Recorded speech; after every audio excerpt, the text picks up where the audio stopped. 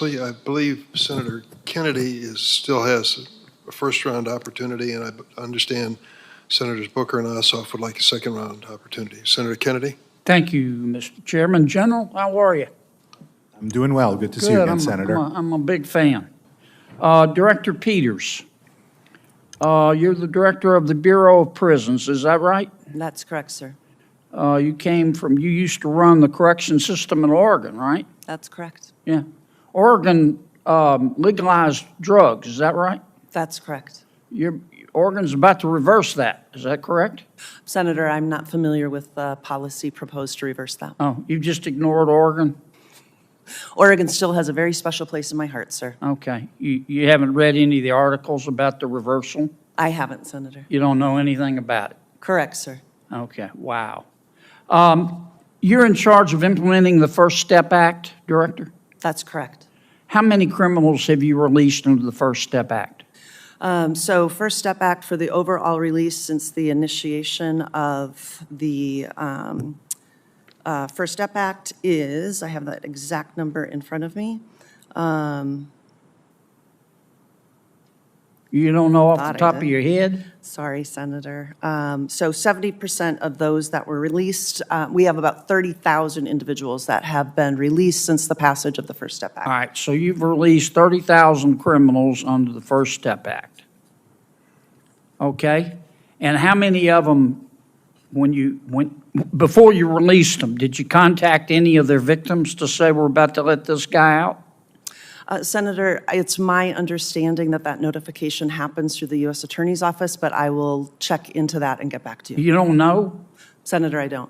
Have you followed up with the U.S. attorneys to say, do you have a system to say, hey, we're about to let this guy out? Would we want to be sure the victim's contacted? As a former victim's advocate, I share that value, that victim notification should happen. I'll check on the process. But you don't know if it's happening? That's correct, Senator. Wow.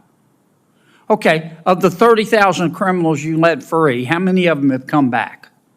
Have committed a crime again, hurt somebody else? So that number is one that we're still looking at as it relates to the recidivism rate for those that were released on the First Step Act. You don't have any idea?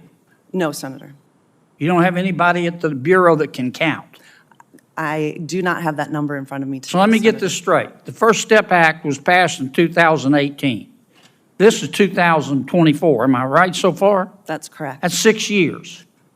And in 6 years, you've let 30,000 criminals go, right? That's correct. And you don't have the slightest idea how many of them committed another crime and came back. I don't have that number in front of me today, And you sir. run the Bureau of Prisons. That's correct. And how many employees do you have? About 40,000 employees. Oh, my God. Oh, my God. General, I know you got a lot to do, but could you give us a hand here? And let's find out whether the First Step Act worked.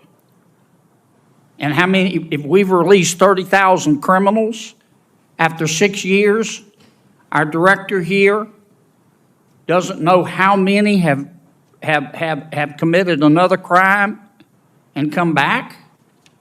Can you help us? Senator, I can certainly follow up on that issue. I will just say in terms of work we've done in the past, for example, on compassionate release, and going to the Bureau of Prisons, this is before Director Peters was there, and asking them for data on compassionate release, because that was one of the issues that has come up.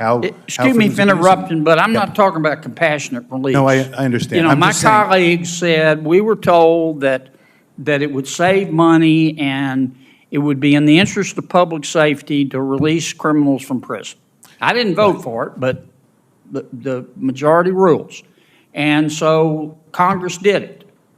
And Ms. Peters, Director Peters at the Bureau of Prisons, and her colleagues released 30,000 criminals, all of whom are there for a reason, okay? They didn't just go to prison for a free toaster. They were there for a reason. And so her department let them go, and after 6 years, we don't have the slightest idea, not a single one of the 40,000 of her employees know how many. In a fiery exchange on Capitol Hill, Senator John Kennedy confronts the Bureau of Prisons director over the release of 30,000 inmates under the First Step Act. What begins as a question about facts quickly turns into a scathing critique of government accountability and a political showdown that pits numbers against trust. Senator Kennedy begins by confirming Director Colette Peters' background from her leadership in Oregon's correction system to her current role at the Bureau of Prisons.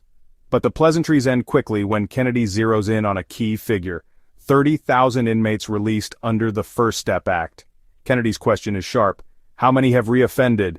Peters' answer: she doesn't have the number. Kennedy presses harder, asking if victims were notified before releases, if recidivism was tracked, and whether the Bureau has any data at all. Again, the answer is the same. Peters promises to check, but Kennedy isn't satisfied. He points out that 6 years One of the 40,000 of her employees know how many have committed a second crime and come back. So how the hell are we supposed to figure out whether it worked? Your people ought to hide their head in a bag, Director, that you can't come here in front of this Congress and answer that question. I'm sorry, I interrupted you with my speech. No, that's okay. I was just going to, my bottom line point on it was, I've often looked to those questions on things like compassionate release and other programs. And one of the challenges we found is the department just doesn't have good data on that. Halfway houses. Congress is spending about $500 million a year on halfway houses. There's really not great recidivism data on that either. How well are they working? Before we do this, we need to find out. Look, I believe in justice. I believe in treating everybody fairly. But there are people out there, I don't know why, if I make it to heaven, I'm going to ask. They're not mixed up. They're not confused. They're not sick. It's not that their mama or daddy didn't love them or not enough. They just hurt other people, and they take other people's stuff, and we have to separate them from society.